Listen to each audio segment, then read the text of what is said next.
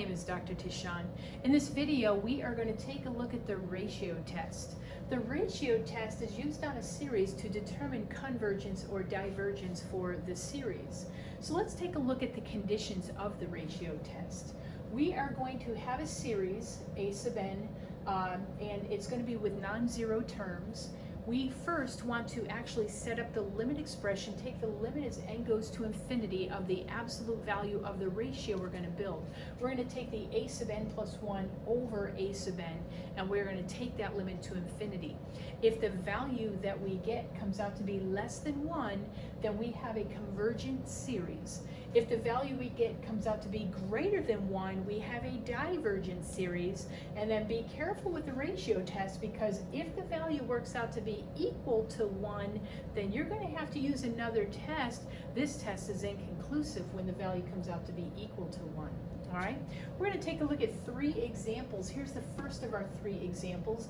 We're going to take the series n goes from 0 to infinity, 2 to the n over n factorial, and we want to go ahead and let's apply the ratio test.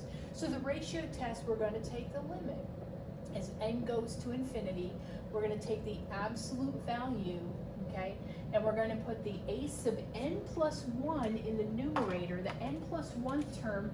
We're going to build a complex fraction here. So you're going to take the 2, take the n and change it to n plus 1, and that's going to go over n plus 1 factorial. This is what we mean by put the n plus 1 term in the numerator. So you're going to take the a sub n series, change the n's to n plus 1. That goes over our a sub n, which is 2 to the n over n factorial. So we're here, and we have a complex fraction. So we're going to clean this up, and we want to fix this. So let's see what we have to do some algebra to fix this up. Okay, so we're taking the limit as n goes to infinity. All right, we have, so I'm going to write this so it's not a complex fraction. Let's take this numerator here, and then we're going to change division to multiplication, and we're going to multiply by the reciprocal of that denominator. So we have 2 to the n plus 1 over n plus 1 factorial. Okay, we're going to multiply that by the reciprocal here of the denominator, n factorial over 2 to the n. So now we have this. Okay, so we're going to just simplify. All right, so a lot of times when you do enough of these ratio test problems, instead of writing your ratio a sub n plus 1 over a sub n, you know, a lot of people do is they'll write a sub n plus 1, and then they'll multiply by the reciprocal of the a sub n. Okay, next thing we want to do is I'm going to simplify this left-hand side. I want to cancel some terms here so I can compute this limit. So let's go ahead and take this left fraction here and break it down a little bit using our just algebra strategies. 2 to the n plus 1, that's 2 to the n times 2 to the first, okay? So remember those days where so you keep the base and you add the exponent, gives us, so if we keep base 2 and to add the exponent, you get 2 to the n plus 1, well, you know, we're breaking it apart. What about n plus 1 factorial? That's going to be n plus 1 times, what is the next term? It's take 1 away, it's n factorial, which is what I need right here to do some canceling. So what I'm doing is I'm breaking down this left fraction, but you know, I've got my eyeball on that right-hand fraction because I'm kind of looking to see what I need so I can cancel out common terms, all right? Now, you see what we did here? So we've got the 2 to the n's, the 2 to the n's go away. Okay, and then what's really nice about using the ratio test, when you use a ratio test, it's a great test to use with factorials because it cancels your factorials right out. All right, so what do we have here? We have the limit as n goes to infinity. Okay, what do I have in the numerator? Everything canceled out but the 2 to the first power. What's in the denominator? I have n plus 1. Okay, and then keep the absolute value signs going because we take the absolute value at the end. Everything else dropped out. I have 2 over n plus 1. What about my limit to infinity now? Okay, as the n's go to infinity and I have no n's in the numerator but yes in the denominator. So as my denominator gets infinitely large, that whole fraction is going to 0. So the value of my limit is 0. Okay, now how does that meet the conditions of my ratio test? Well, it's less than 1, isn't it? Okay, it's less than 1, so we know that when we compute the limit of our ratio, when we compute the limit of the absolute value of our ratio, I should say, if the value comes out to be less than 1, converges. Okay, so this converges by our ratio test. All right, and there's your conclusion. Here's your work, and this is showing the conditions. All right, so you want to take your limit to n goes to infinity of your ratio a sub n plus 1 over a sub n, okay? And if you can show that that value you get is less than 1, then you have a convergent ratio test here, and it's a convergent series. So there's example number 1, all right? Let's do a couple more examples. You can just see a couple more ideas of scenarios of how this works. Okay, so I'm going to erase example number 1, all right, because I just have this space right here on the board. So let me erase example number 1, and let's take a look at a second example, a little bit different things going on in our second example. All right, so we'll call this example number 2. In example number 2, we're going to take a summation, and it's going to start at 1 for this one. Okay, so 1 to infinity, and it's 4 to the n over n squared. All right, so we're going to start n at 1 to infinity instead of 0 to infinity. We need to do that because you can't put a 0 in the denominator. Does this converge or diverge? Okay, so we have an option. We have a lot of different tests that you've probably learned by now, but this is, let's see, we're going to use the ratio test. Okay, so let's check out the ratio test here. Okay, so we're going to take the absolute value, and we're going to make the ratio. Okay, so we're going to go ahead and take our a sub n plus 1 term, put it over our a sub n. Okay, what does that give us? So in the numerator, 4 to the n plus 1 over n plus 1 quantity squared, and that's over 4 to the n over n squared. Okay, so here's our limit as n goes to infinity, our a sub n plus 1 over our a sub n. All right, let's rewrite this inside the absolute value so we do not have a complex fraction. So let's rewrite this. All right, and so what do we have in the numerator? 4 to the n times 4 to the first. See that? We have n plus 1 squared. All right, and what do we have here? Well, times the reciprocal of the denominator. So when you take the reciprocal of the denominator, we're here, okay? So I took the numerator, I took the 4 to the n plus 1 and pulled it apart, right? Keep the base, add the exponent, gives me that right back over n plus 1 squared, the numerator, and then I multiply that by the reciprocal of the denominator. Do we see anything at all that we can cancel?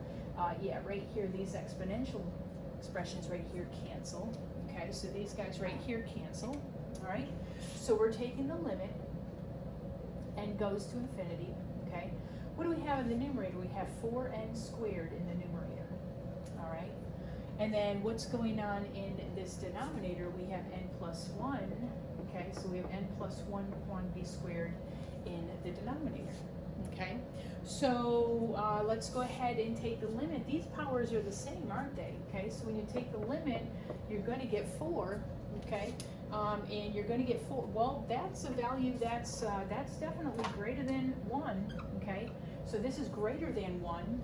So what does this tell me about my ratio test? Well, anytime you take the ratio test, you're going to take the limit of our ratio, a sub n plus 1 over a sub n, take the absolute value, and when you complete it, if the value you get comes out greater than 1, this diverges. Okay, so we say this series diverges, because our value that we got for the limit is 4, which is greater than 1. So it diverges by the ratio test. All right, so this is how your ratio test works. Okay, so you're just going to take the limit as your n's go to infinity. You're going to take the absolute value of, build your ratio. Okay, a sub n plus 1 term in the numerator, a sub n in the denominator, build your ratio. All right. Got one more example for you, and then one more example is a alternating series example. So let's see how the ratio test works on an alternating series. Let's just finish up one more example for this video. So we'll call this example number 3. All right, so you did see an example of a convergent series, and you did see an example of a divergent series. All right, let's take a look at example 3. And example 3 is going to involve, like I said, it's going to involve an alternating series, okay? So we're going to take a series that's going to go from 1 to infinity, all right? So negative 1 to the n, so negative 1 to the n in the numerator, n times 3 to the n in the denominator, all right? So this is an alternating series. So let's go ahead and take a look at the ratio test and how it works with the alternating series. So we're going to take the limit, n goes to infinity, and we're taking the absolute value, okay? But we're working inside the absolute value, so we've got to write everything down. We want to go ahead and write our a sub n plus 1 terms in the numerator, a sub n in the denominator. So what do we have in the numerator? So we have -1 to the n plus 1, and we have n plus 1 times 3 to the n plus 1. So you have 3 n's there to change to n plus 1. So there's our a sub n plus 1. Then we'll put that over a sub n. So -1 to the n over n, 3 to the n. Okay? So there is our limit is n goes to infinity, absolute value of a sub n plus 1 over a sub n, ratio test, okay? Now let's algebraically break this down, simplify this, cancel out whatever we can cancel out. All right, I'm going to write this as not a complex fraction. We're going to take this numerator and then change that division bar to a multiplied by the reciprocal. So we have -1 to the n, -1 to the first for this, okay? N plus 1, we've got n plus 1, that's what it is. Now here, this is 3 to the n times 3 to the first, all right? So there's that numerator pulled apart, times the reciprocal n times 3 to the n over -1 to the n, we're here. All right, so I took this numerator, this fraction in the numerator, and I pulled it apart, brought it down, but I pulled it, so -1 to the, keep the base out of the exponents, there's the n plus 1, I pulled the 3 apart. And then I multiplied that by the reciprocal of the denominator, okay? So you can see what cancels here, the -1 to the n's go away, so there goes the alternating series. The 3 to the n's, okay, the 3 to the n's are right here, and those cancel out. And do you see anything else? Okay, so let's go ahead and write down what we have. So we've got the limit n to infinity, absolute value of, in the numerator we have a -1 multiplied by n, okay? In the denominator we have 3 times n plus 1, all right? And so what is our limit? Now we're taking the absolute value, so your n's, you've got the same amount of n's in the numerator denominator, so we're just do coefficients and take the absolute value of the coefficients, so 1/3, okay? So the value of our limit is 1/3, so now what does that tell us? With the ratio test, do we have convergent or divergent? Well, we took the limit as n goes to infinity, absolute value of a sub n plus 1 over a sub n, and the value we have is less than 1. It's less than 1. This is a convergent. All right, so this is a converges by the ratio test.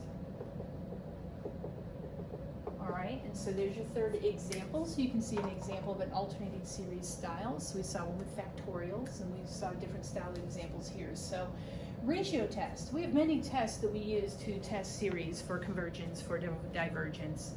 We have many tests that we use. But the ratio test, this one's used a lot because when you get into power series and you start looking for radius of convergence and intervals of convergence, then ratio test is our go-to for all of those power series problems. So you're going to see this test probably more than you're going to see the others. So I hope this gives you an idea of the ratio test, its conditions with a few examples. If these videos help, I would appreciate if you would subscribe, and thank you so much for watching. Take care. Bye-bye.